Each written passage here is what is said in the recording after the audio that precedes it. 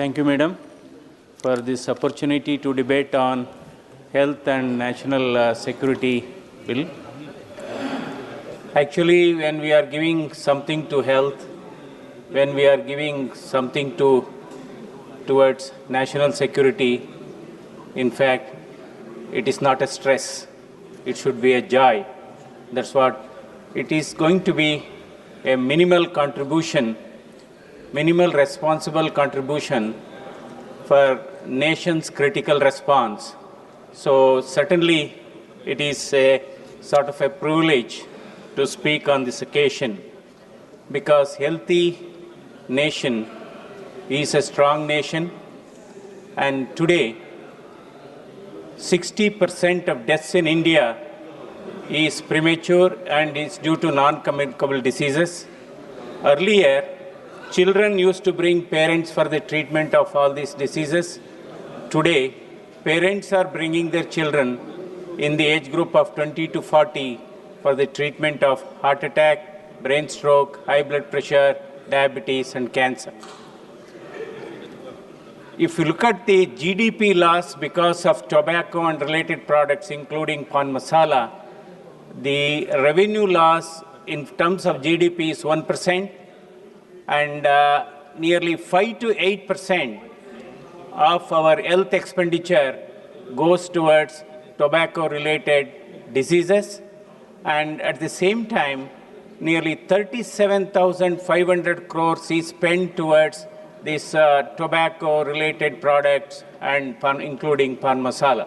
So it's a matter of great concern. In fact, we have to congratulate our Honorable Prime Minister as well as our Finance Minister for bringing a lot of steps, because she has put a lot of money into the hands of the people, because up to 12 lakhs, it's an income tax exemption. And as a result, nearly 1 lakh crore is put into the hands of the people. And GST reduction, it was the desire and dream of the people of this nation that life insurance should be exempted from GST, health insurance should be exempted from GST. Today, she has done that. 33 life-saving medicines are exempted from GST.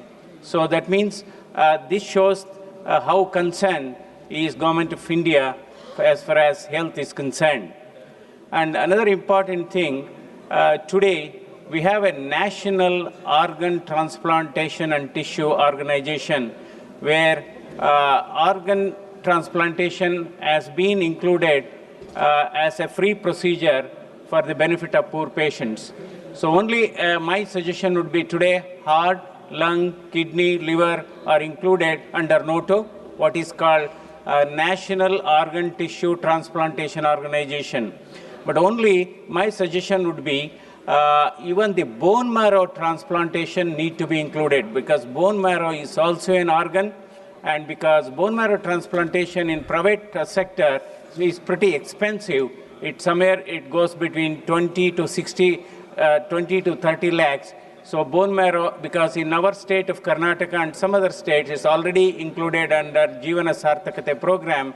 So I propose to include bone marrow transplantation under national program.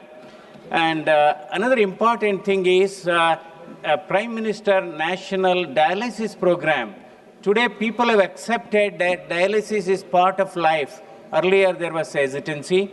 And under this scheme, 28 lakhs chronic kidney patients are undergoing dialysis free of cost.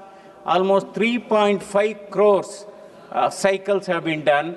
And there's a need to expand this national dialysis program because more and more people are coming. And with respect to, for example, you look at COVID and post-COVID, just I will take a couple of minutes. Just 1 minute. 1 minute, madam. See, yes, some of the chemotherapy drugs has been exempted from GST. And my appeal, because we are raising some cess, internal resource mobilization is going to happen because of health cess as well as security cess. And after chemotherapy, nowadays we give immunotherapy. So immunotherapy drugs are pretty expensive, and for each patient it costs somewhere around 30 to 60 lakhs. I draw the attention of our Honorable Finance Minister to exempt these immunotherapy drugs. There are nearly 40 immunotherapy drugs for cancer from the customs duty. As a result, the cancer care will be more affordable, more accessible, and this is one of the important things. And in fact, we really congratulate the Ayushman Bharat program.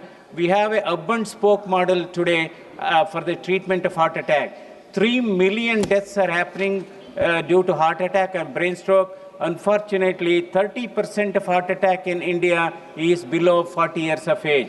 Potential bridegrooms are suffering from heart attack, and this thing, under this hub and spoke model, the Taluk hospital give a thrombolytic therapy, which costs 15,000 rupees. It's under the scheme, NHM scheme. And then they go to the nearest city hospital for angioplasty and stent program, which is within the golden hour. The treatment has to be given within the golden hour for this thing. And after this program is introduced, the death rate in Tier 2 cities and Tier 3 cities has come down from 25% to 8%. So we are saving millions of lives. Another important suggestion, Madam, see, we need to encourage some, because public-private partnership in Tier 3 cities. Because Tier 1 cities, yes, they have a fantastic, both government hospitals as well as private hospital. We need to encourage these private hospitals to move into the Tier 3 cities.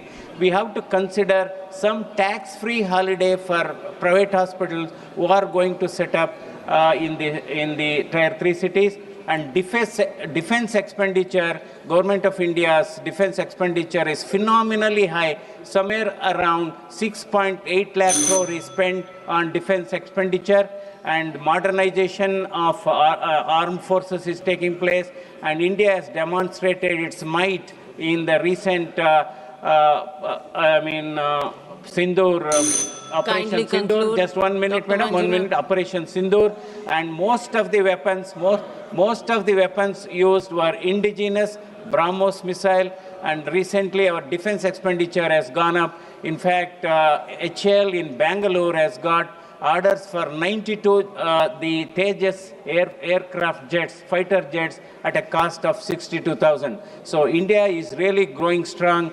And at this point of time, our infant mortality and maternal mortality has come down significantly, thanks to ASHA workers as well as to Anganwadi workers. We need to support them by increasing their salary. And thank you very much. From defense to this to that.